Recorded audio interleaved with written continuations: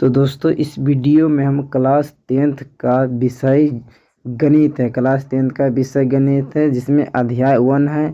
आप सभी को इसमें इंट्रोडक्शन के साथ हम बताएंगे कि वास्तविक संख्या किसे कहते हैं और संख्या किसे कहते हैं, संख्या कितने प्रकार की होती है। इस वीडियो में हम क्लास 10th का पहला चैप्टर का इंट्रोडक्शन करवाने जा रहे हैं। ठीक है, तो आप सभी को वीडियो को ध्यान से देखना और वीडियो को लाइक कर देना और चैनल को सब्सक्राइब कर देना। ठीक है, चलिए वास्तविक संख्या। ठीक है, वास्तविक संख्या आपको बताएंगे कि वास्तविक संख्या किसे कहते हैं। ठीक है, तो इसका परिचय सबसे पहले हम देख लेते हैं। कोई भी कार्य करते हैं उसका परिचय समझते हैं। ठीक है, तो इसलिए परिचय इसका है, परिमेय संख्याओं एवं अपरिमेय संख्याओं के समूह को वास्तविक संख्या कहते हैं। वास्तविक संख्या कहते हैं परिमेय संख्या और अपरिमेय संख्या को समूह को वास्तविक संख्या कहते हैं। ठीक है, तो आप सभी को परिमेय के बारे में अपरिमेय के बारे में पता नहीं चलता होगा कि परिमेय किसे कहते हैं और अपरिमेय किसे कहते हैं, इसलिए आपको पता नहीं है। तो चलिए तो हम परिमेय संख्या और अपरिमेय संख्या की ओर बढ़ते हैं। ठीक है, चलिए यहाँ पर आगे है संख्याओं के प्रकार। संख्याओं के प्रकार, ठीक है, संख्याओं के प्रकार में पहला है प्राकृतिक संख्या।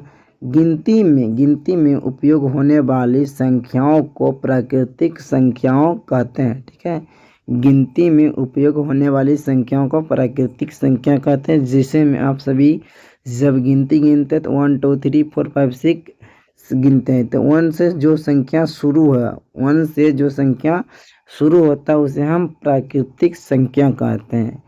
तो आप सभी को समझ में आ गया होगा, 1 से जो संख्या शुरू होता है उसे हम प्राकृतिक संख्या कहते हैं। आगे है पूर्ण संख्या। पूर्ण संख्या प्राकृतिक संख्याओं के साथ जीरो को मिलाकर जो संख्याएं बनती हैं उसे ही पूर्ण संख्या कहते हैं। ठीक है, जो संख्या जीरो को मिलाकर बनती उसे हम पूर्ण संख्या कहते हैं। जिससे में जीरो से कोई भी संख्या स्टार्ट होता है और अनंत तक जाता है उसे हम पूर्ण संख्या कहते हैं। जीरो से स्टार्ट होता है और अनंत तक जाता है उसे हम पूर्ण संख्या कहते हैं। और 1 से शुरू होता है और अनंत तक जाता है उसे हम प्राकृतिक संख्या कहते हैं। तो आप सभी को दोनों टॉपिक के बारे में समझ में आ गए। चलिए हम नेक्स्ट टॉपिक की ओर बढ़ते हैं। चलिए यहाँ पे है तीसरा पे है पूर्णांक संख्या। ठीक है, पूर्णांक संख्या धनात्मक संख्या एवं ऋणात्मक संख्या और शून्य को मिलाकर जो संख्या बनती हैं तो उसे पूर्णांक संख्या कहते हैं, उसे पूर्ण संख्या कहते हैं। ठीक है, पूर्णांक संख्या कहते हैं। जैसे में जीरो बीच में आ जाएगा और इधर प्लस की ओर जाता है और इधर माइनस की ओर जाता है। जीरो से शुरू होने बीच में जीरो आ जाएगा और +1 -1 +2 -2 दोनों तरफ जाता है तो उसे हम पूर्णांक संख्या कहते हैं। ठीक है, जीरो बीच में रहेगा और एक तरफ माइनस की ओर और एक तरफ प्लस की ओर जाएगा तो उसे हम पूर्णांक संख्या कहते हैं। ठीक है, चलिए आगे की ओर बढ़ते हैं। आगे है सम संख्या। सम संख्या जो संख्याएं 2 से पूरी तरह विभाजित होती है तो उन्हें सम संख्याएं कहते हैं। उन्हें सम संख्या कहते हैं। 2 से पूरी तरह विभाजित होना चाहिए। ठीक है, तो इसमें 2 आ जाएगा, 4 6 8 10। ठीक है, और अनंत तक जाएगा उसे हम सम संख्या कहते हैं। जो 2 से पूरी तरह से भाग लग जाए उसे हम सम संख्या कहते हैं। आगे पे 5 नंबर पे विषम संख्या। जो संख्याएं 2 से पूरी तरह विभाजित नहीं होती हैं तो उन्हें विषम संख्या कहते हैं। ठीक है, जो 2 से पूरी तरह विभाजित नहीं होते उन्हें हम क्या कहते हैं, विषम संख्या कहते हैं। ठीक है, 1 3 5 7 9 11 अनंत तक यह सब क्या है, एक विषम संख्या है जो 2 से पूरी तरह विभाजित नहीं हो सकता है। ठीक है, चलिए आगे की ओर हम बढ़ते हैं। आगे यहाँ पे है भाज्य संख्या। भाज्य संख्या के बारे में आप सभी को हम बताएंगे कि भाज्य संख्या किसे कहते हैं। ठीक है, जिन